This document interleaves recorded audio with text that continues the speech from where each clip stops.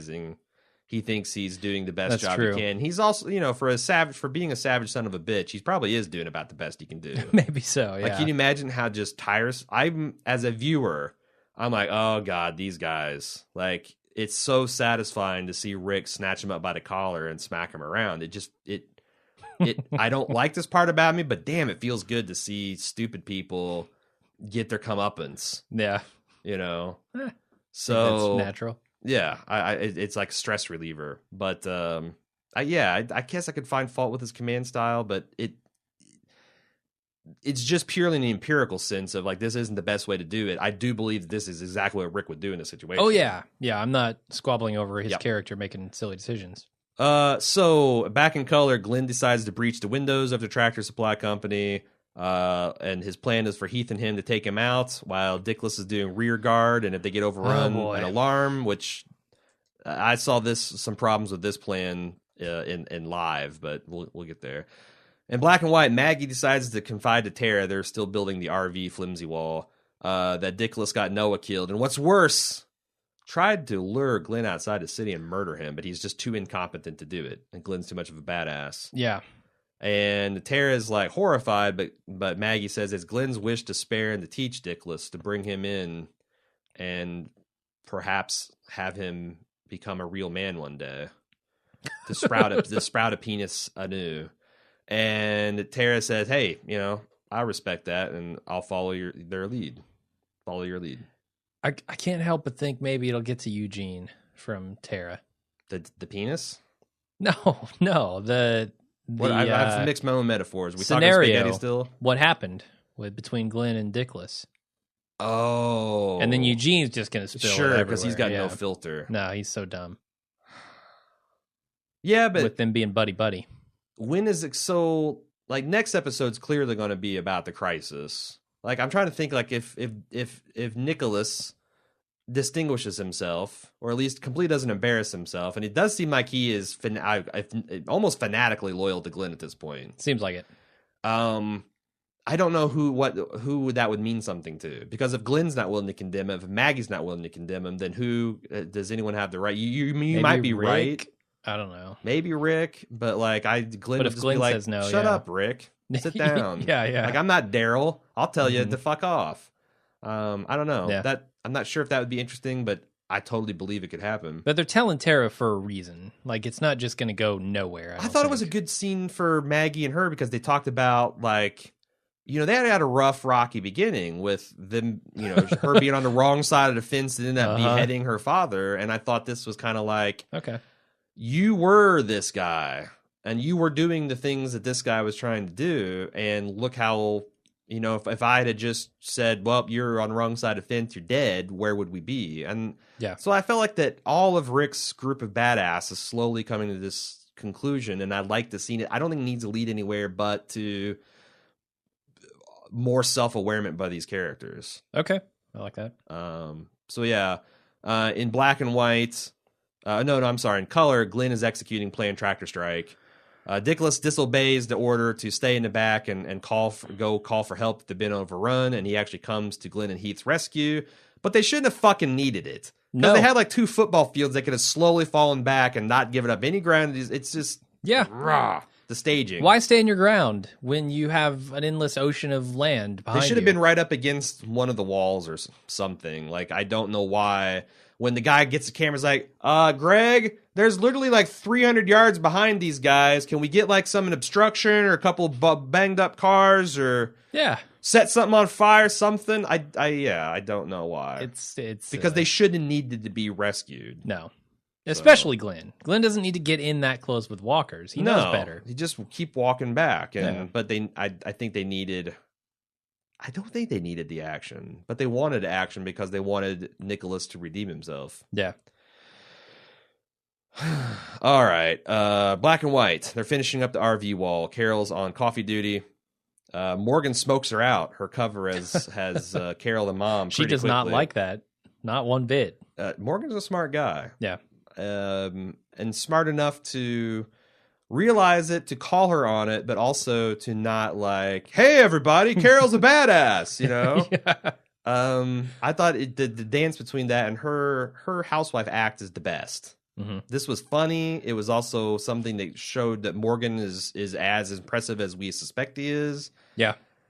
Yeah, it's good.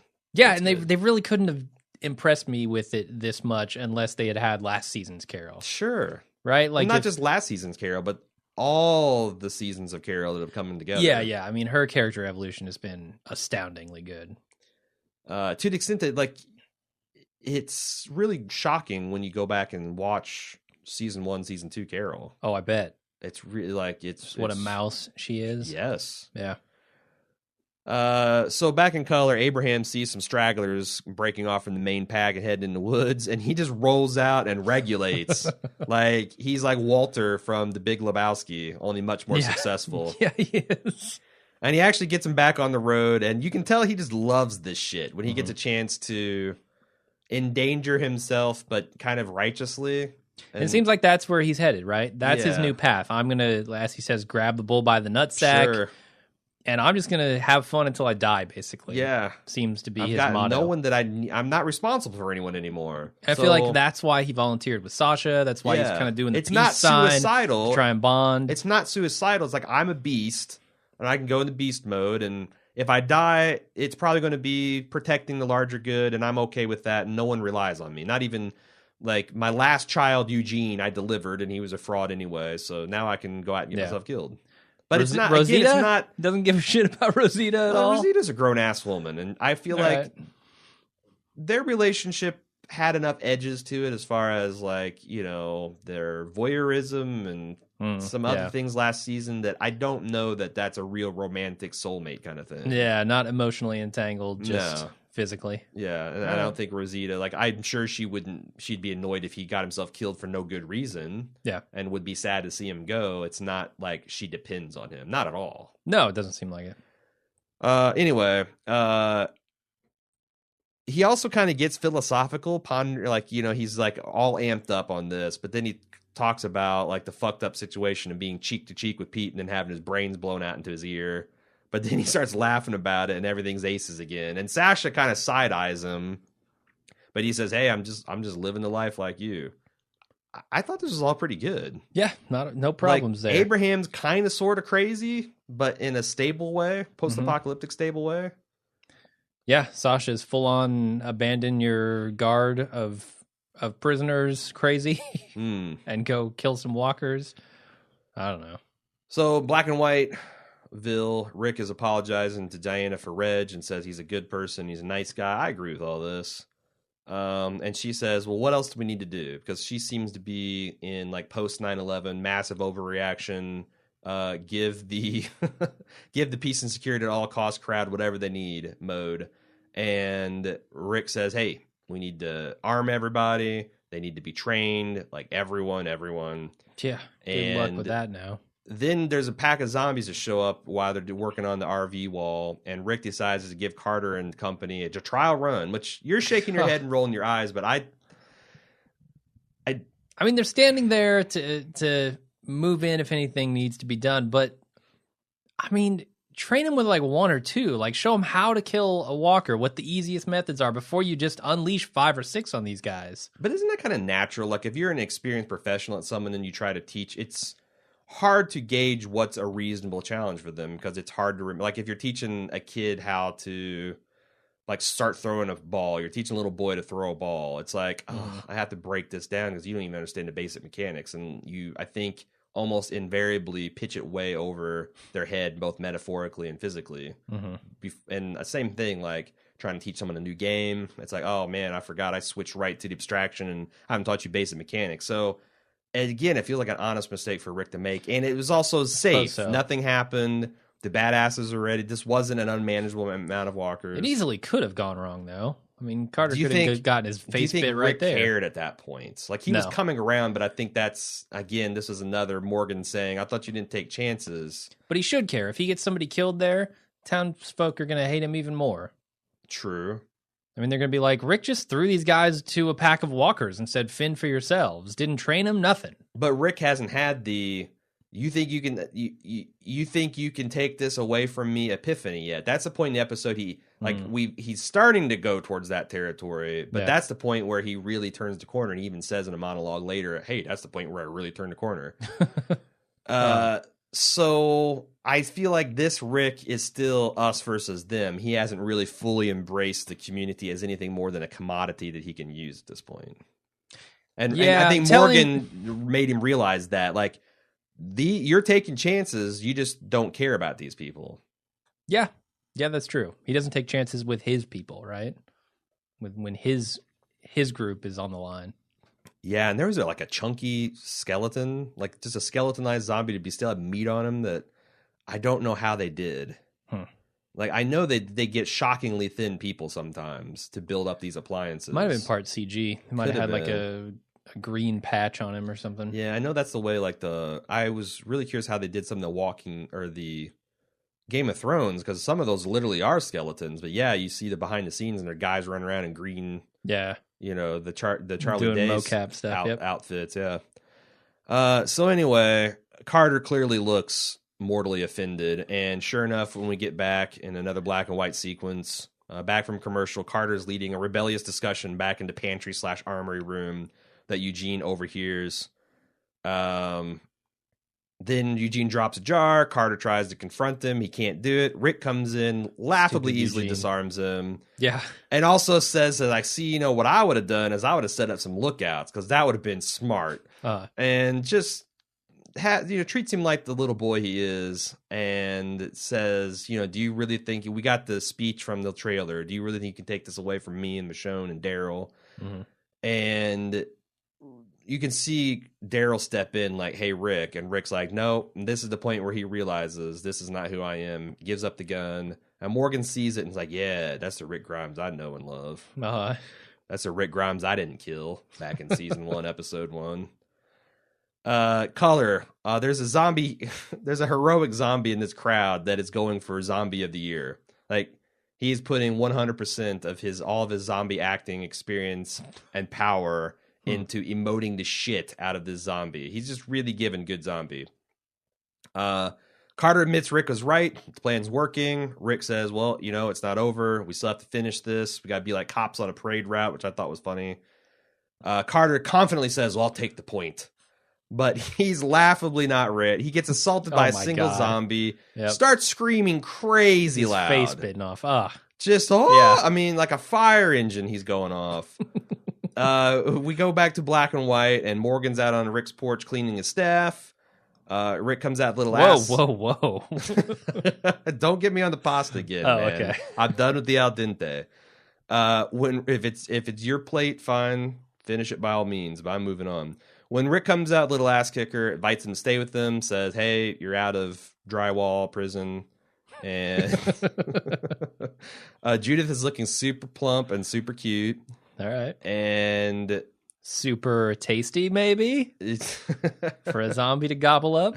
No. Damn it. But yeah, Rick gives this monologue about how he's stupid and he'll screw stuff up because that's who he is and he shouldn't be here. But I realized I didn't have to kill him and I didn't need to kill him. And someone like that, they're either going to get it or they're going to die.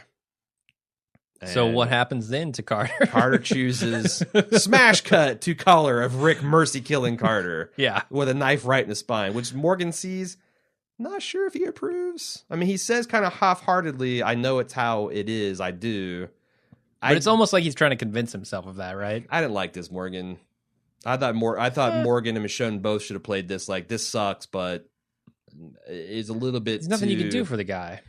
I know, and I think Kirkman likes to do like make this point of like what savage beast we've become, but no, not really. No, that's a mercy killing at that point. He's dead anyway. Yeah. He's in pain. He's afraid. And they know this. They've fucking seen this happen. Yeah, there's a little too much moral hand wringing here for the situation. Daryl's still doing what he does best, leading walkers. Black and white, Jesse and Rick in the armory and supply room. They bump into each other, and Rick said, "Hey, I was just trying to let things be between us." And then Jesse goes on this tirade about he's not allowed to talk to her son like that. You can't touch him. That he needs to hear these things, but not from you. And the whole time I'm thinking, you're in the going to die no matter what category. Are you feeling me on this? Because she's not wrong. Jesse? But this is the kind of parent-teacher conversation you'd have in the real world. and not with Rick Grimes when he very mildly reproved your idiotic son who is trying his damnedest to get himself killed. Like, Yeah, I don't know that we the- need to respect his feelings in this circumstance. So I don't remember the exact like way that conversation goes. The only thing I remember at that conversation is her saying, "You're not the guy to tell him these things because he's never going to listen to you." So maybe if there's other stuff, I'll follow your lead on that. But as far as I'm concerned, she was right about that portion of it. I think you're also right, and I also think that, and overall, she's going to get herself armed and all that. But just the level of concern and kind of upbraiding, I don't even know if I'm using the right word, that she gave to Rick, I don't know, made me think that she was in this maybe not ready to live in this world category. Okay, maybe not. Probably not. But then I didn't get to see her conversation with her son. Like, maybe she is screaming and yelling, how stupid, you could have gotten yourself killed, and this is unacceptable, and I'm taking your video games away. Yeah, hopefully she had that conversation. I don't know what's the appropriate punishment for a 16-year-old that tries to get himself killed by zombies. Like, yeah, you know, hopefully my son won't do anything that stupid. No PlayStation for 2 weeks. But it's kind of like one of those things where, I don't know, like when they get, I'm reading the Patrick O'Brien series again, and I got this one point where, the captain of the ship is waiting for the carpenter to do this vital repair so they can get away from an enemy. An enemy shooting 32-pound cannonballs at him the whole time. And Jack, the captain's about to say, hurry the fuck up, but he says internally, if a 32-pound cannonball splashing 5 feet away from us doesn't make it impress upon him the gravity of the situation, my screaming at him is not going to do a thing. And I'm like, maybe that's the way it is with teenagers. Like, all right, this is what you want to do. You know it's stupid. Me screaming at you that it's stupid is not going to do anything. At some point, you got to let them get eaten by zombies. Yeah, try to let them make mistakes that aren't going to get them eaten by zombies, maybe. Yeah. But that's risky. Yeah. And it's tough to engineer that situation. I mean, that's the thing. Like, kids grow up to be people, and people do stupid stuff, and they're willful, and they're prideful, and they're jealous, and they're selfish, and they're people. So what are you gonna do? Sometimes you got good people, sometimes you got bad people. What are you going to do? What do you do? What do you say? Let's see. What else? Black and white. Rick's still walking through the plan, and he's saying this is the finish line where they hand off to Daryl and blah, blah, blah. And I at this point, I'm starting to realize what he meant, what Carter meant at the beginning, where this was supposed to be just a dry run. Yeah. Like, this was the beginning of them walking through, and we're now starting to go backwards in time to understand the genesis of this plan. Mm-hmm. Abraham confronts Sasha and asks if she wants to die. She smiles and says no, which it's weird. I mean, so are they implying that this was kind of an ingenuous answer that then earlier in the episode, which is later in the timeline, through her actions with Abraham and further conversation, she backed into the fact that that was actually the truth? Like the smiley, oh no, I'm all over Maybe it was so. a lie, but no, I do want to live. This is what living looks like, is the truth that she ultimately arrives at. And this is why... Maybe that's why Abraham does what he does, to show how silly and reckless she's being. There's, like I said, there's is a lot he of... that a little, cunning, that there's intelligent? A lot of, no, I mean, that's what I'm saying. Like, the format of this was an interesting choice, because it did make this stuff with Nicholas and this stuff with Sasha much more interesting than maybe it even has a right to be. Yeah.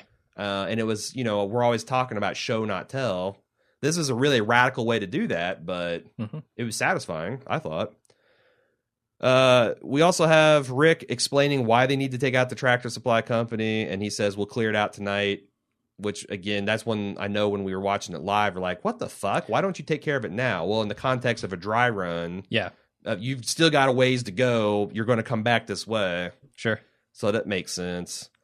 And then we loop back into the intro, and then we got the color sequence to show we're back in real time, and everything's going to plan. And this is a zombie fan smorgasbord. This is a visual treat. We just get dozens of high quality, awesome zombies that you would love to have on your bookshelf as a McFarlane toy. Yeah. Yeah. Oh yeah. Like you got to be super happy with this, Jim. Yep. Loving it.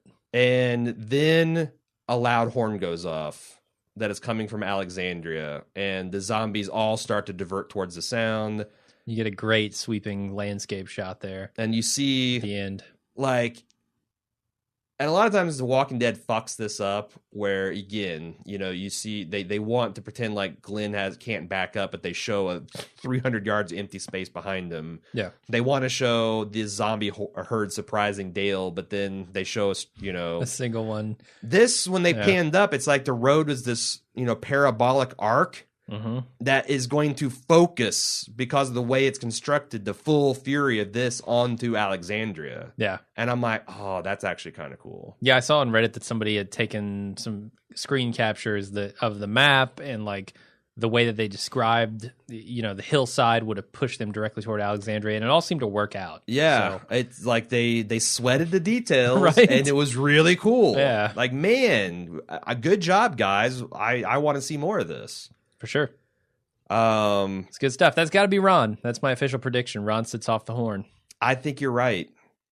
It's a big fuck you to both Rick and Carl, because he's jealous that now he's got nothing. He's got no dad. He's got no girl. We talked about What's he gonna do? We talked about this on the plane the other night, and we're like, it's got to be someone that's either crazy, someone that's suicidal, or someone that's really angry at the town. Because, like, I guess the wolves, we don't know enough if they're like just crazy. The people we've seen are kind of crazy, but like, you get no benefit from destroying Alexandria, like from looting and pillaging and from all that kind of perspective. So it could be. I think it could be Gabriel. Yeah, Gabriel's crazy and kind of suicidal. I suppose so. It could be Gabriel. Could it be Deanna? That she's like. She's gone off the deep end, like she's just snapped, because she seems, speaking of brittle, she seems fairly brittle in this episode. Yeah, she does. Really brittle. All she can manage is like, that's enough of this conversation. Yeah, that's about it, and let the trees have him. Yeah. Then we got the Fade to Black. So all right, pretty cool. Yeah, I overall, aside from the big what the fuck on the plan, I feel like it was a good episode. Yeah. A really like well constructed episode with good characterization, and a lot of important stuff happened. And as we said, to the extent that it's a dumb plan, the camouflaging of such went off pretty well. It helped. It helped a lot. So before we get to feedback, we have some promotion to do. Promotion for a product that I've been using for a lot of months now and have kind of stuck with and really enjoy. And that's Harry's.com. Harry's is a razor company. Not just a razor company. They make razors and handles and shaving creams and aftershaves and all that stuff. Everything you need to shave your face, perhaps, whatever. Well, I'm glad you've been using it for the last several months, because I've not shaved in like 5 years. I know, you'd be a terrible spokesperson. But this was in the dark old days before you had Harry's, because my chief frustration is going to the store and paying like $20 for essentially a month's worth of shave. Oh, it's obscene. And also like 5 blades and a single head. Like I couldn't get it on the nooks and crannies of my nose. Yeah. And they go fucking dull. Like it's shredding my face after the first shave or two. They were bullshit quality. Yeah, I agree. The difference with Harry's is these guys actually care about what kind of shave they're giving you and the price that they're giving you that shave at. So like Bald Move, they were started by just a couple of dudes who were just passionate about what they were doing, which is giving you a good shave. And they went out and they bought this German factory that machines their blades to like, German engineering. I've heard qualities. things about German engineering. I have too. There's no software in this, so you don't have to worry about the Volkswagen problem. But I was going to say there's no emissions. EPA standards for razor blades. No, I think so the all Germans you get can is be pure German engineering. The Germans can be trusted for their metallurgy. They definitely can. Yeah. So they bought a factory and they started that up, and I've tried other razor type clubs, and I have not been satisfied with any of them except for Harry's. So I've stuck with that for the past, I think it's been like almost a year now. Good stuff. And you can get a good deal too. If you go to their site and you sign up for, you just add something to your cart. They have a $15 starter kit, which is really nice. And you can go there and add that and get $5 off your first order if you punch in the promo code BaldMove, all caps, It's got to be all capital letters. It's a rare case sensitive. You got to It is. scream it when you type. Caps lock on. Yeah. Cruise control for cool. Just go to your cart, type in Bald Move all caps, and you get $5 off your first purchase. And if you're doing that starter kit, it's a $10 starter kit, and it comes with multiple blades, 3 blades, in fact. I don't think you can get 3 blades for $10. They smell good. I remember that. Yeah, and a handle and all that Take stuff. it from me. Jim Jones smells good and his face kissably soft. Yeah, always, at all times. So, yeah, go check that out. Go to harrys.com, use the promo code BaldMove, all caps, and save some money on that. I assume we have feedback, yeah?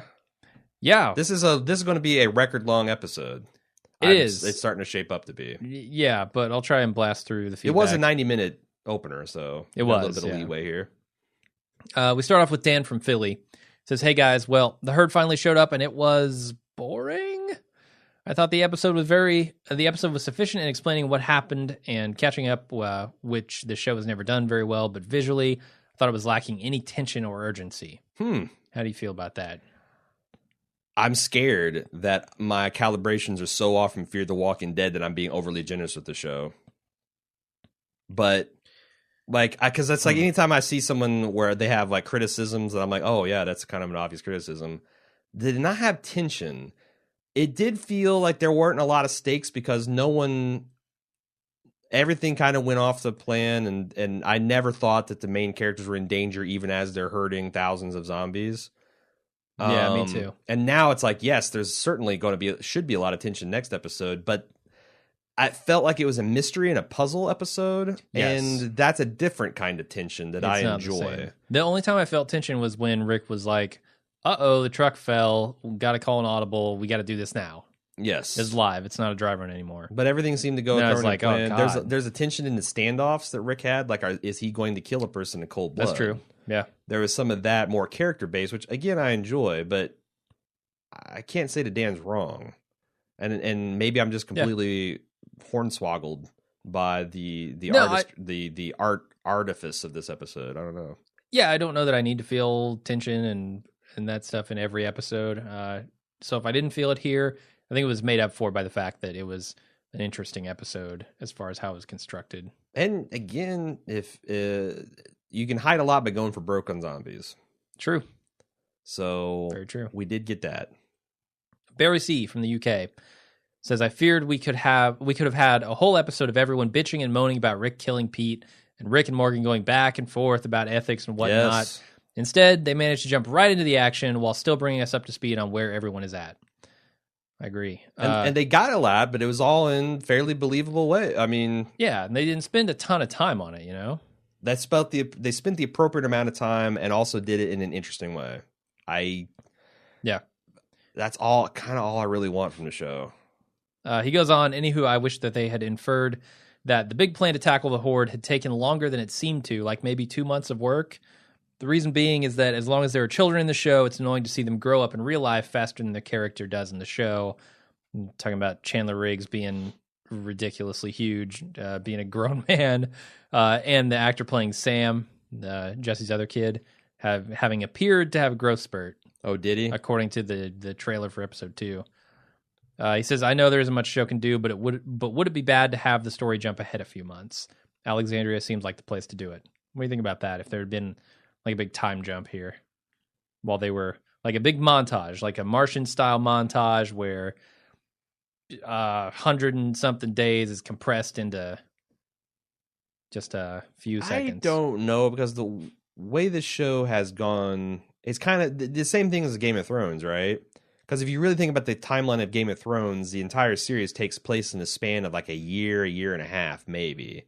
And yet Maisie Williams has aged 6-7 years. Isaac, not Hayes, Bran, or whatever Wayne's Wright or whatever his name is. Bran is now like 7 foot tall and shaves 3 times a day. Like it's creaky. But they also kind of the way you've got like lapses in seasons, you can almost kind of hold two mutually contradictory ideas in your head, that there's only been 2 years passed since the zombie apocalypse, and also the 8-year-old boy is now a teenager. Like, yeah, that is something that they don't have to work too hard to suspend my disbelief. The one tragedy of that is that the time where him and Rick were left alone, and I talked about this at the time, just didn't work. Like that being an 8-9-year-old little boy is a completely different episode than Carl being a 14, 15-year-old boy. Yeah. But I think they're telling age appropriate stories with him now. And especially with this Enid stuff, I think that's going to be pretty interesting. I'm super invested in Carl and Rick's relationship, and now that Carl's kind of got a little bit of the love interest to explore as well. Yeah. I'm excited. I think he's doing much better when they give him material that seems appropriate to his age. And I think I think Chandler Riggs would have been dynamite in that plot if they hadn't fucking wasted a year at Herschel's farm and wasted 3 years at the goddamn prison. That they'd have gotten to him like when he was 9. He could have knocked that shit out of the park. I know he could have. Oh yeah. So yeah. Okay. Eli C. says, I realize this wouldn't make for very interesting television, but why would the Alexandrians not realize that the rock quarry is a distinct advantage, just periodically firebomb the whole thing and let it fill back up with more walkers, rinse, repeat? He says it's clearly the biggest reason they've managed to stay safe for all these years. As mentioned, you're right. That's totally the big picture here is kind of lousy. Okay. Jen L. says, what if it is Father Gabriel trying to sabotage Rick's plan because Rick wouldn't let him be a part of it? Honestly, I wouldn't put it past his crybaby ass. He has never shown us any kind of maturity on his part, and he seems to act on impulses because someone makes him angry or hurts his little feelings. After spouting all of his bullshit about the group being so dangerous, he could potentially be one of the most dangerous of them all.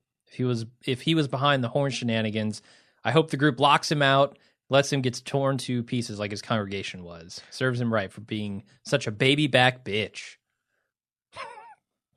If he is leaning on the horn when Rick gets back, I hope he just shoots him right in the face. Yes, like please. No explanation, just boom. Your head is a Campbell soup can. I mean, even if it's Ron, whoever pressed that button, needs to get. The child is a little because you've got like. I think it's going to be hard for a guy like Rick to shoot a kid in the face. Probably. I think he probably should. It's kind of like look at the flowers. Like at a certain point in this world, you can't have people doing this without shit. psychiatric care and medicines and treatment options and every day is a life and death struggle. You got to shoot some kids in the face sometimes. I agree. I think that Rick will have. Maybe Carol does it. All right, Carol will do it without hesitation. Oh yeah. Yeah, she doesn't give a shit about Ron. She actually cared about Lizzie. Look at your father's body in the trees. Blam! Yeah. Michael says, someone should have suggested to Rick and company that his plan, even if well executed, was morally questionable. What happens if there is another survivor camp 20 miles down the road? Oh, fuck them. What would happen if they stayed together and just walked back? So you don't want to question the morality of this at all? No, this is caveman days, man. You don't think about if you divert this river, it floods some poor son of a bitch down. This is tribalism. And yes. And that is an evolutionary advantage for a reason. Yeah, I think I'm with you. If those fuckers can't deal with the flood of zombies and you could, well, guess what? You're going to have babies and they're not. So the post-apocalyptic survivors will be smarter and more fit. I agree. Tom in a Volkswagen writes in, not that it matters too much, but the way The Walking Dead represents Alexandria, Virginia is amazingly inaccurate. It is a suburb of Washington, D.C., best described as a small city with approximately 150,000 residents. And Alexandria is a set in Georgia. Yeah, there's one there's one obvious discongruity. Yeah, he says, it's in the general vicinity of the Pentagon and Arlington National Cemetery, Reagan National Airport. It's more city blocks than country roads, but, do what you do. Well, and that's the thing, like, yeah. I mean, I'm ignorant of the area. It was I agree to Sepinwall. It's kind of jarring to see what they were trying to pass off, when they're trying to pass off Canada. Was it Toronto? I think so. Montreal. For LA. For LA, it's like that didn't quite work, but I just assumed Alexandria was more suburby and country. If I'm wrong, that's super unfortunate. Yeah, I guess it's really only a problem for people from that area, right? Yeah. The rest of the nation says, I don't care. Yeah, but it's like, I don't know, maybe they be more nondescript instead of saying exactly where it is. They could have been like Instead of using a real town, they could have used a fake one. Or if they want an out of the way country town, use an out of the way country town in Virginia, right? But they also changed like Rick, like Cynthiana is no longer a town in Kentucky. It's a town in the suburbs of, it's like a township in the suburbs of Georgia. So everything's got, as long as this show's got the peach, got the Georgia peach in the credits, it's going to have to do some fast and loose stuff. But I prefer to think of this as an alternate history, not only like from the perspective of, zombies have never taken over, but also like, and there are no zombie movies in this universe, but also geography too. Like it's geography slightly altered map. Show. Yeah. Everything's not where it should be. Yeah. And I just ignore that stuff. And we don't have those goggles. That's why we can't see the giant, there's supposed to be invisible walls behind Glenn. He can't fall back. We just can't see them. We don't have the proper goggles. Sure. Does that actually bug Tom? Or is it more like, because I wonder, because nothing's ever set in Indianapolis, ever. Sure. And I wonder if there was a show set in Indianapolis, it would bother me that there's obvious geographical bullshit. Like, I thought it was cool, like Parks and Rec felt very Indiana. Oh, yeah. And they kind of did that partially by setting it into a fictionalized Indiana town. So it's like, it's kind of like all small town Indiana and all small town Midwest, and it felt real. I wonder if it would actually bug me if like something was set in, or if it would be funny. Like, was it just a Tom that he's bothered by it, or was it just like, this is silly? I don't know. I couldn't tell, given what he wrote. He'll probably answer. Let's talk about it on the forums, Tom. Okay. Beverly B writes in, says, in the instant take, you were all more impressed with Rick's level of mercy than I was. She has a few points here. All right. Number one, when he didn't kill Carter, I did not see it as mercy, but as an effort to show Daryl and the others that he was still in control of his emotions, which I think we kind of talked about a little bit in this episode. Number two, his unwillingness to even consider burying Pete, where his children could visit the grave, just made him seem like a jerk to me. Deanna agreed with him too, and I don't think he felt. I don't think he he was thinking of that in the moment. Like, you got to understand, this was the day after, and then when he saw his kid, he changed his mind. So I thought that was a kind of organic progression. Yeah, and then third, his disregard for the lives of the people in Alexandria. Of course, we understand his point that they're just not as tough as he is, but empathy being what it is, perhaps he should think about the people that he loved and lost, and that these people are, somebody's grandmother or brother or, vice versa. It's... Yeah, they didn't transition as quickly as he did because they didn't have to. Maybe he should have a little more sympathy for these people. But also, you got to recall that Rick tried this experiment in the prison and it blew up in his face. So it would be inconsistent. I think that he has to go through... So the Rick Grimes, the character in the comic book, is a man who's going through pendulum swings, where he goes back and forth between humanity and barbarism. And I'm like probably 40 issues behind at this point. But I feel like that hopefully where he's going to go is like the perfect, we talked about like that this is shaping him up to be the perfect post-apocalypse. He's the John Connor of the zombie apocalypse. A man molded through points of compassion and heroism and bravery, and also deprivation and the darker side of human nature, and being a victim of cowardice and cruelty, to be everything you need in a zombie leader. Like, I think that's what him and honestly, I think that I got the clear thoughts when I stopped reading the comic books about a year and a half ago, that like maybe that essentially they're going to build up to the point where even Rick can't get there. And what I'm seeing is the long-term story of eventually this torch being passed to Carl. Like, Carl will be the leader that his old man couldn't be, because he's either too tough or too brittle or too hard-bitten, but Carl can be that guy. I don't know. So yeah, and I think they frame it. What I'm saying is, it's not as simple as like, well, I'd like to see him be more merciful, because like, okay, but then you're kind of ignoring season 3 and 4, Rick. So that's what I like. I think they've done a really good job framing him as a guy who is not cruel, is not just about survival necessarily, but doesn't take those chances. Yeah. And that's the difference, right? Like, yes, there are scenarios in which new people coming to the group is a great thing. Yep. And they all work out and everybody holds hands and is happy. But that's a chance. That's a risk. And Rick has taken that risk multiple times before, and it has not worked out for him. a lot of the time, catastrophically. Yeah, and I wonder, like, I would hate to see him make the exact same mistake again. So, like, because I know he had the 3 questions, and he also had a holding period and a quarantine period for people in the prison. I wonder how he's going to, because if he just goes back to that, it does seem silly. I wonder how they're going to have him do that kind of thing and have it feel like it's, he did some root cause analysis and fixed the single point of failure. Like, what was the single point of failure of the prison? Was it the fact that they were inadequately prepared for an outside assailant that they were trying to do to kumbaya? And, like, it's like, I think that's what he's doing now. It's like, okay, we need the security and safety of the prison and the prosperity, but we also need to be more armed to the teeth. You can't have this concept of civilians and farmers and politicians. Like, everyone it's the Marines. Everyone's a fucking rifleman. But also try to have what we had back then. So maybe that's what he's going to modify this time. We'll see. But yeah, I hate it when he just flip-flops back and forth. So I got to see the pendulum can't just swing back to where it was. It's got to be half a step further towards the middle, There needs to be a reason for the swing. Yeah. Tanya S. says, I just wanted to say that Glenn's behavior during this episode was nothing short of alarming. Oh. He seriously needs to do something evil and or ruthless to avoid becoming the moral compass of this group.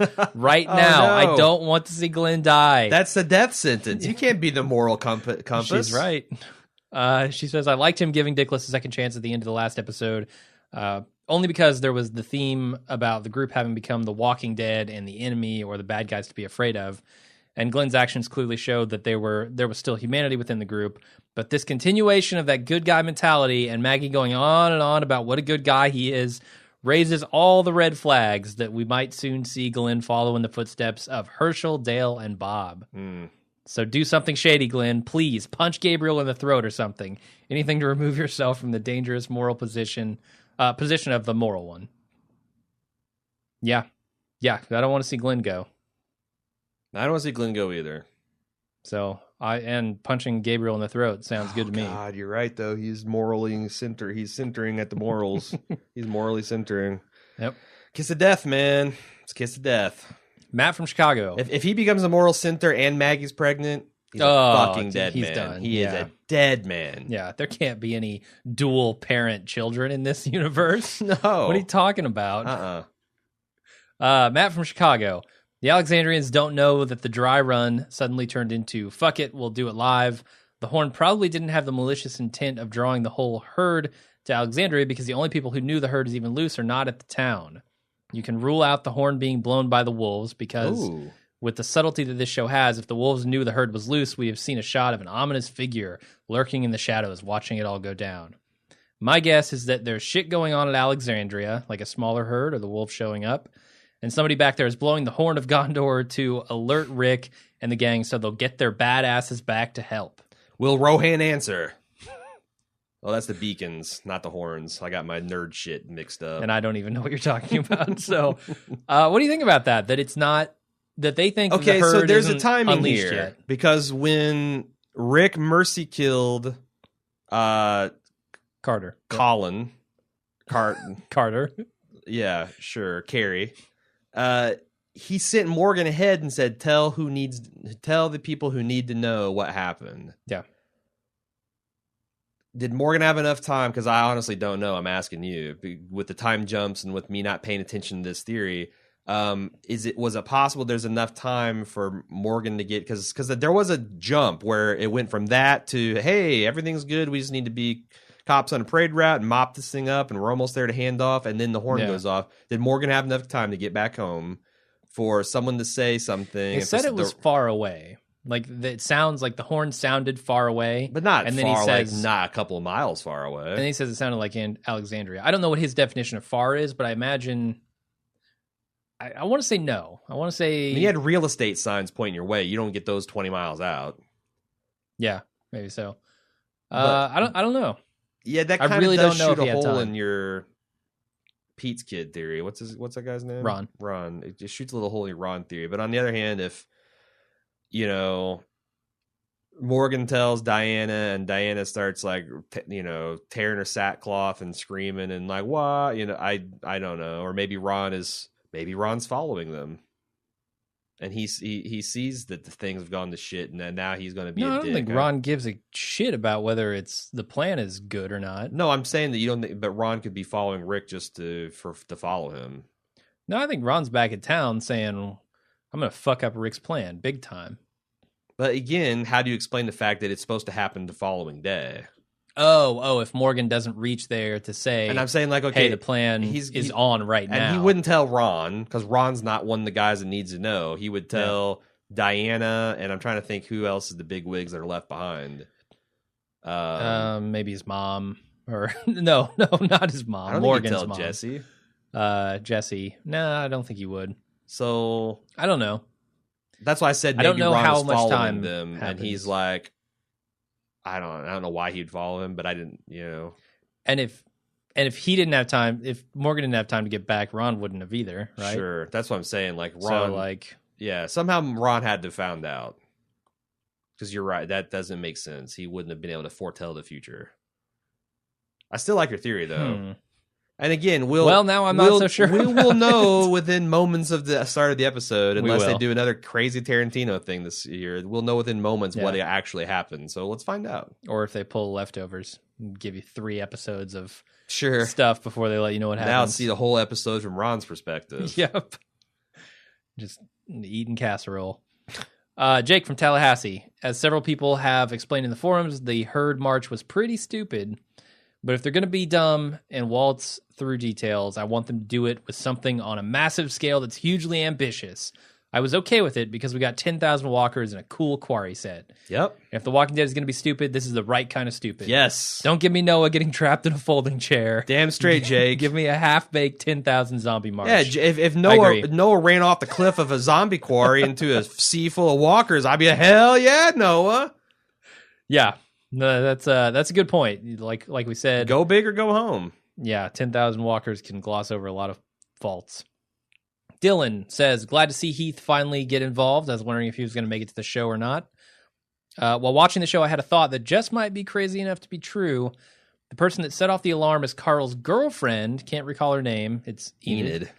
And over the course of the next episode, the group figures it out and puts her in a cell that Morgan was in at the beginning of the episode.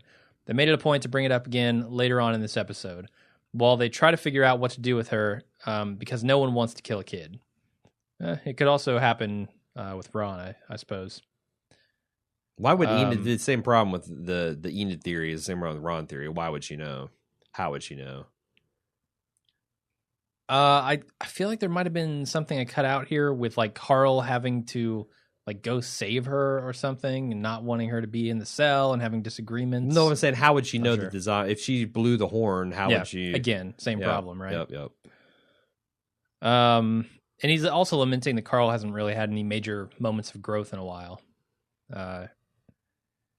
Well, he was holding hands with a pretty girl. Yeah, I suppose so. You're not getting my lewd joke there, are you? Holding moments hands? of personal growth. Oh, Jesus. You know what it's like to be 16 years old and hold hands with a pretty girl for the first time. Sure, I was parsing feedback. I didn't catch that one. Jenkins says, did it bother you guys that as soon as Rick is pointing out to Deanna that every citizen of Alexandria needs to learn self-defense, a few walkers come ambling by and attacking a few Alexandrians and conveniently proving his point? He says, that's my only nitpick in an otherwise solid episode. Did that bother you at all? That they would stage it? That there's a lot of leading. Honestly, there's a lot of leading by the nose that I think you would have been even more glaring had they had a conventional structure. But yeah, not kind of okay really. with that. Like I don't know. Some coincidences bother me and some don't. And if you're doing it for narrative purposes, yes. I'm usually kind of okay with it. Yes. And I'm going to talk about a lot on the Leftovers podcast later this afternoon, like why I'm okay with some coincidences and not others. Okay. Because, that's one of my big deals. But no, I didn't feel like it was. Plus, I mean, I'm grading Walking Dead on a curve. Like for the longest time, I was grading it on a season 1 curve, and it was found the one thing, and it could be that now the curve has gotten so low that I'm accepting. I'm looking at like C+ television and saying that looks like a B+. I'm not. Yeah, I'm just a person. I'm just a human. I can get influenced that way as much as anyone. Sure. But I really like this episode. It was fun. It was fun. Like I liked it as much as I hated the last couple episodes of Fear the Walking Dead, and that's another thing that's probably fucked up my curve. But yeah, for sure. But if you hate it, by all means, like I hope you guys are having. I sorry I wasn't able to be in the forums because we were traveling. Like this is our first day back in the studio. We felt like we've been traveling for 2 fucking days. What about if you're on both sides of the fence here, like Mitch? Mitch says, "What an episode! So much to like, so much to hate. At first glance, this episode was great. 1,000+ walkers and an interesting set piece. Kudos to the writers on that one, but Rick's plan has an obvious hole to me. How the hell can they leave Alexandria so exposed?" So this is another hole. Daryl, Morgan, and Aaron have just returned from the Wolves booby trap. Multiple people have noticed the Wolves' handiwork very close to the gates. Yeah. Don't you think they should have had a group of badasses left back at the safe zone? There is you're not wrong. Yeah. You're not wrong because you're right. You've got a potential governor / terminus level of crazy people out there, and you've got people too dumb to live in the world. You're going to leave all them to defend your only sanctuary? Yeah, no. Bad idea. Yeah. All right, Steve from Liverpool. Watching the season opener, it's clear this 6th series, which he's from Liverpool, so he would say that, 6th season will continue Rick on his path of the lone man dragging his beleaguered and battered family from shitstorm to shitstorm. It does feel, though, that he's gradually being cast as a villain or the fall guy for when things go tits up. I can't help thinking that they are using that to set up an ultimate conflict between Morgan and Rick, even though I hope not. Morgan is clearly still at the point where he believes all human life is precious, and despite saying he knows how it is, I can't help but think he doesn't think that's how it has to be. So where does that lead us? Will we see a split in the Safe Zone survivors? Will there be 2 camps, Camp Rick and Camp Morgan? I'm hoping not, as I get the feeling that Morgan would be a fantastic voice of conscience for Rick, an angel on his shoulder to quell the darker voices in his head and help him be the leader he can be. I don't think that would be terrible because that's essentially what you had with Herschel. Like that kind of dynamic where you've got like a person who's trying to be the spokesperson for the better parts of humanity is only annoying when it's just super Pollyanna and with no skin in the game and no real sense of loss. Like Herschel, you can never say that about Herschel. Like, it's not that he didn't see how bad things were. It's not that he didn't suffer terrible losses. Mm-hmm. It's just that he still had his idea about what the core, and same thing you can say about Bob, same thing you can say less successfully about Tyrese. And, you know, certainly Morgan and Daryl, if they're going to be the moral authorities on this show, and even Glenn, maybe that gives me hope for Glenn because it seems like there's a lot of moral authorities on this show, and that Rick is kind of the odd man out. Yeah, I don't find that annoying because I respect both those people. I respect their viewpoints. A little bit too much for me, as I said. Morgan being shocked and dismayed that Carter died, didn't survive the experiment. Yeah, I thought the exact right balance would be like him and Michonne kind of shrugging, like, "Well, we tried, good experiment." But no, I don't. I'm not worried about that. They could do it shitty.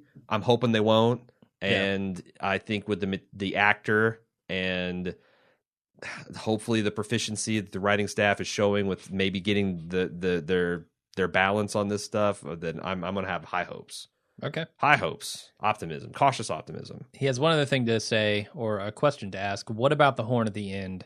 Could that be a malfunctioning warning system that could not only attract walkers but also wolves? I thought so too. Then you got 2 fronts of this battle, and it's the whole shitstorm. That could be like the power grid blowing up or some other damn thing. Who knows? Yeah. All right. Mark says Kraftwerk went up for sure. He's talking about the Kraftwerk on the episode. Oh, sure. Them doing their thing. Craftsmanship. Yeah. He says the black and white sequences had a silver gelatin quality that just made each scene pop visually and give it an otherworldly sort of quality. Well, I mean, it's not for nothing that I thought one of the coolest things they did was a black and white airing of Walking Dead. Like, black and white, I don't know what it does, but it does lend a certain amount of gravitas even when it's not intended. Yeah, I feel that way. Maybe that's how Instagram works. You take a shitty picture of a selfie, you throw sepia tone, and oh my God, that's Time Picture of the Year. Right. I don't know why it works, but I'll be damned if it doesn't. Yeah, I feel like maybe they owe a little bit of that to Romero. Like, that calls back to Night of the Living Dead in a way that gets people excited. Subconsciously, sure. Yeah. Anyway, he also says, I would have given away a little bit more of a cliffhanger at the end. Some clever shot that reveals just enough to get people guessing or kind of second guessing about what happened with the horn. I like how it is exactly a cliffhanger. I kind of see agree what's with happening. You, yeah. We see the stakes, but it's a mystery. Okay. I'm on that page as well. As long as it doesn't become like a dissected rat fiasco. Yeah. The worst. And finally, Aaron W., talking about Abraham here, says, A-Dub. First off, can we call him American Choppers? I think of that every time I see him. He's literally like the redheaded stepchild of Paul Tuttle Sr. If he had been the one fixing up Daryl's bike, that would have been amazing. Sure, yeah. He's for some reason wanting to put blinky lights and spider webs and all that stuff. No, that was Junior who liked the fucking spider webs. I forget what Senior's thing. Senior was like old school iron crosses and handlebars that are too wide to hold. Yeah, he was much more traditional chopper. Yeah. So he would just made it much more traditional. Some ape drapes. He goes on about Abraham. I thought that Abraham made some great progress last season, but so far from the premiere, he seemed to take a step back.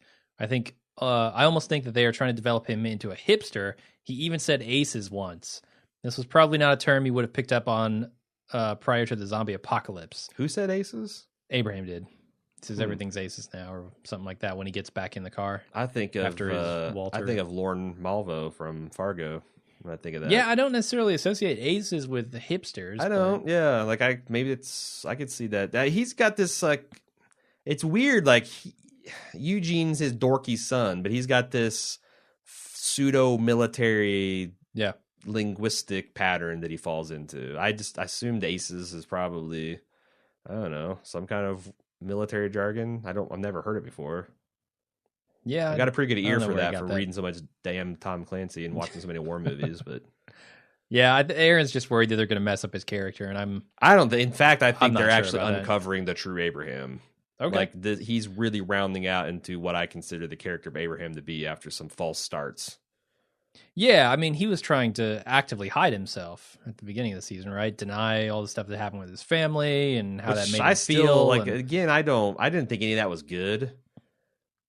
But it's weird how, as a hazy memory, it's a better character building device as a hazy memory than the actual episode was. Sure, when you know that he's got some a vaguely traumatic past yes, with losing his family, sure. And that affected him deeply, and he was trying not to transferring that acknowledge to Eugene, and now he's free from that, and he can become the yeah. It does work better in hindsight. Yep. That's it. That's all the feedback we got. I feel like we need Meatloaf's "Objects in the Rearview Mirror" crooning here. Mayor Piccolo. I could just go for some bullshit Meatloaf, in the frankly. rearview mirror. May seem better than it was. Yep. So I think that's it for the episode. Any spoilers? We had one email that was kind of a spoiler. I don't know if we want to do a spoiler section. Maybe if you know a little bit about Heath.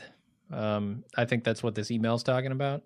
I mean, we can read it. Like I was in a habit of rereading the comic book segments that I thought that they were going to cover this season, and I stopped doing that last year because I felt like it was doing no justice to the show.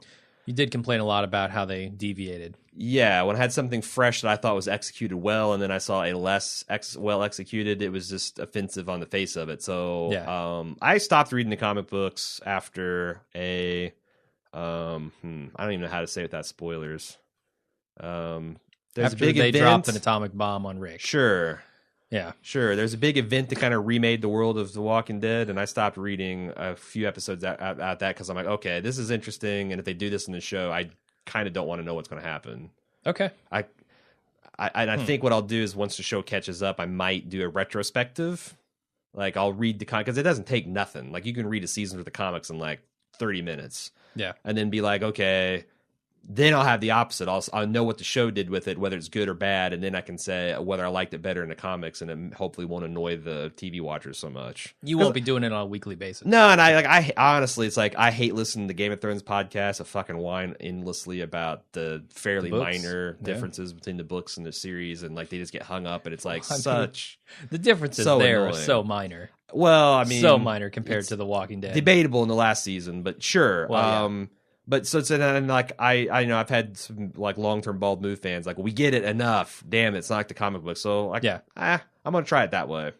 Okay. But yeah, if you want to, if I don't know, if you want to talk Heath spoilers, we could maybe talk Heath spoilers. Yeah, we'll do a quick spoiler section after the music. So if you're interested in that, stick around. How can they send us some more zombie waterfall of feedback? That's a good question, Jim. And the answer is watchingdead@baldmove.com and on forums.baldmove.com. All right. No Twitter, no Facebook. We don't have any of that Twitter, we got stuff. Facebook. That's a great way to keep, like, I don't engage with it much because so much is going on. I usually read them, and if someone like asks a question or whatever, I'll like some stuff and talk. But mostly it's got happening in the forums and an email now. Yeah, Twitter and Facebook are a good place to just keep up. If you want to on know what the we're second doing. our shit drops, that's a great way. And like with new things, like if you're not, if you want to know what new shows we're covering, because we're terrible at marketing, honestly. Like we ought to, like, hey, you know what? Fargo started last night. There you go. Leftovers started. I almost forgot about it. Leftovers started a week ago. If you like those shows, hey, we do shows on them. But if you had Twitter and Facebook, you'd know about that already. Indeed. All right. Well, we'll see everybody who wants to stick around. We for have spoilers. feeds. We have like combined everything feeds where you can just get an RSS feed of everything we do too. We never talk about that. No, we got features bristling out our ass that we never talk about. That's all right. Did I mention we're terrible at marketing? All right. Well, that's it for the episode. That's it for our marketing budget. We've spent it all. Baldmove.com has got it all. Just go there whenever you want or not. Thanks for listening. If you are interested in spoilers, stick around after the music. If not, we'll see you next week during or after the episode, depending on whether you're a premium member. And until then, I'm Jim. I'm Aaron. See ya.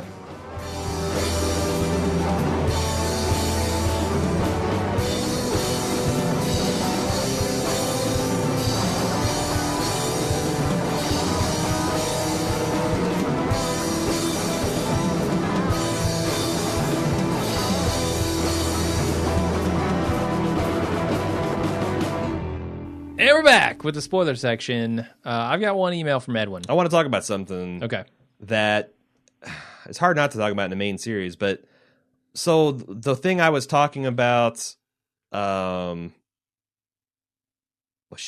You've event. forgotten. No, the event I was trying to dance around talking about there at the end was the fact that in the comic books, right after they deal with the all-out war, which is the humanity's uprising against Negan and his saviors, Tigers attacking everyone, all that stuff, they immediately jump forward like 2 years. Oh, wow. Which, if we're a season or so away from, that would really help the whole Chandler Riggs thing. A little bit. Because that's essentially, they kind of jump him into... and he goes through so much physical and emotional and character transformation, but they kind of age him up to where now he can do like big boy stuff. Okay. Like he's wanting to move to a different settlement and get out from under his dad's thumb and be his own man and learn a trade and become a blacksmith. And I like 3 or 4 issues in, I'm like, this is super interesting. I'm going to stop read it because if Kirkman fucks it up, it's just going to infuriate me. So, or remixes it or whatever. So yeah, and I'm not saying don't talk about any of those spoilers, send it in. I'm just saying that I'm trying to be a little bit more laid back to improve the actual thing I'm doing, which is a television podcast about this show. Sure. Okay. Edwin says, well, Jim, I hope that megahertz was what you've been hoping for because it was awesome. And I think we may be stuck with it for almost the remainder of the season. Here are the comic similarities in this episode. 1, Carter's coup and holding up of Eugene. Actually thought part of this happened last year, as this was Nicholas in the comics and it was Glenn that he got into it with, not Eugene. Besides that, this happened exactly like it did in the comics. So that's interesting. I didn't know about that. Rick's confession of wanting to kill Carter. This happens just like the comic, but Rick confesses it to Andrea, not Morgan. Can't do that with Andrea in the TV show. Morgan living in Alexandria. This is completely different, as Morgan was not a badass in the comics, but went in deep depression after his son was killed and didn't do much.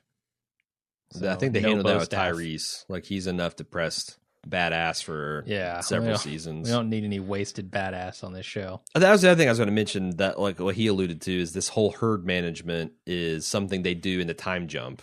Like that's something you have to. So, Gotcha. And they kind of yada yada through this phase where they're not very good at it, and then like in the future they're like on horseback and they've got these elaborate systems of steering herds away from the communities. And Horses make a lot of sense. yeah, it gets very. It feels very Walking Dead starts to feel very almost science fiction. You know what I'm saying? Like that type of science fiction where it's like the Song of Swords science fiction where you're so far in the future after post-apocalypse that it looks like the Middle Ages. You're back to sword and blacksmith and castle technology almost. Yeah. And I kind of dig it. It was cool. Sounds interesting. Yeah, I don't know wonder whether if the show's going to go for that. The budget would be, I think, pretty big. Yeah. Maybe. And it's a bold direction to take this series in, I think. I think it's a needed direction because I think that once they get through this Negan war, if they choose to do it, that you've said about all you can say about morality plays in the post-apocalypse, and now you got to get to survival and what that looks like. And I don't know, maybe it turns into another big morality play. Who knows? But at least it's a more interesting backdrop. Okay. Morgan living in Alexandria. Oh, wait, I already did that one. Heath. Heath is a fan favorite and becomes sort of a medic for the group. He and Glenn are the scavengers of the group in the comics. Mm-hmm. So I don't know what they'll turn him into, but it seems like he is someone who goes out on missions. So maybe he'll take Glenn on those missions. Seems like something for Glenn to do. Yeah, and like, so they're kind of showing that he's game at least for this, and he's got the raw physical chops for this kind of stuff. I mean, Glenn put a gun in his hand right away, so yeah. I mean, there are definitely the people that make it in Alexander. There are definitely the people that don't. Mm-hmm. So I am a little worried for the Jesse types out there, but there's definitely some. And I don't know about Diana. I really don't see where she's got to go from here. Yeah, she needs to come back down to this planet. Like, I felt like the people they introduced, I don't remember their names, that Heath introduced us to. I don't either. I feel like that they're probably going to be significant, and this isn't comic spoilers. I'm really just making shit up. I feel like Carhartt guy, I feel like he's going to probably be. You got to have some people from this town step up. It can't all just be, wackos and sad sacks. Like, or it's just going to be, you're going to have the same problem we got into where it's right now, you can't get them core group much leaner. Like, it was a bit bloated. You had the Beths and the Noahs and all this stuff, the people that, could do some drama. But, like, you have to build some people up before you kill many more, or you're going to start running the same problems where you got thin characters again. Yeah. I feel like maybe Rosita could go. We don't Rosita's know or care much of about the characters, her. Yeah. but, like, Tara, like, surprisingly at this point, becoming a character, yeah. I don't know what I would feel, but I'd feel something if she got ripped apart by zombies. And obviously, like Glenn, Maggie, Daryl, Rick, Carl, although they're never going to anything happen bad to them. Morgan they could kill, and I would be like sobbing, like just because I think he's just. We've always said this. He's been like the one shockingly good thing. Every time he's in the series, it's like he's going to bring it. Yeah. Yeah, Lenny James crushing. And he's like so much more restrained. Like, I thought maybe all he could do was weep and act crazy. Yeah. But I like Sane Morgan maybe best of all. Sure. Rick and Jesse's confrontation. This is different in the comics as he comforts her because she is glad that her husband is dead and welcomes him into the home. Yeah, they're definitely remixing their relationship. Apparently. But also, Deanna and Rick's decision to dump Pete into the woods. It's Douglas. I don't know who Douglas is, who makes this decision in the comics, but Rick talks him out of it for the children's sake. Well, Douglas is Diana. Like, they gender. Oh, that's right. Yeah, I think they gender bent that. So, like, Douglas is Diana, and I forget Regina what Regina is. Reg. Yeah. No, the remix. It's real. And 7, the Mega Herd. This is completely different from the comics as they are attracted to Alexandria from the gunfire between Rick's group and the DC Scavengers, which are potentially the wolves in this. Yeah. I knew there was a lightweight group that Rick could easily handle to make us think that he's going to do the same, like that Rick has figured it out, and then he comes across a crazy evil person that's as prepared and good at fighting and tactics as he is, and then that's like it's your Wrath of Khan moment where it's like, oh, okay. Yeah. And he says also casting calls have gone out for both Jesus and Negan. So I think it's safe to say that Morgan won't be filling that role. I think this half season will end with the arrival of Jesus, and next half's with the introduction of Negan bashing someone's head in with his bat Lucille. Looks like next week's episode will show the arrival of the wolves. At least I'm hoping it does. When did he say he thinks Glenn's head's going to be smashed in? The introduction of Negan with next half season. Okay, yes. Okay. All right. So like episode 9, I guess. And honestly, like we didn't do our preview kit because there's no really good reason, just scheduling and all a bunch of stuff. But if I was going to do my death I would have doubled down on whatever I did on Glenn for the end of this season. Like that's the end of this half season. Yeah. Negan bashing his brains in. All right. And like I hope they don't do something stupid like make that the end of this season 16, because like god damn that would be, I think, a great pace. Mm-hmm. Like deal with these wolves, deal with this herd, deal with these wolves, have Rick feeling really confident, and then have Negan roll in and show him exactly how fragile his power base is. And then the second half, I mean, they could, if they want to be really fucking ambitious, they could go to all out war mode, or they could spend a half season kind of like us thinking that Rick has really rolled over and he's he's thoroughly cowed, and what does Carl think about that, and what do some of the other people think about that, and that could be interesting. But yeah, if we don't get around to Negan showing up till the end of the full 16 episodes, like I feel like there's going to be a lot of filler. They like to stretch it, or at least they used to. I don't know about now. We'll see. I hope they don't. I hope they don't. All right. Well, that's it. The Fear of the Walking Dead is quite enough zombie filler. Yes, I agree. I don't have any more emails, so we're done here. Our job is done. Watching Dead at baldmove.com, forums.baldmove.com, facebook.com/baldmove, Twitter @baldmove. There. Are you happy? I'm happy. Are you entertained? I am. We'll see you guys next week. Yep. Bye-bye.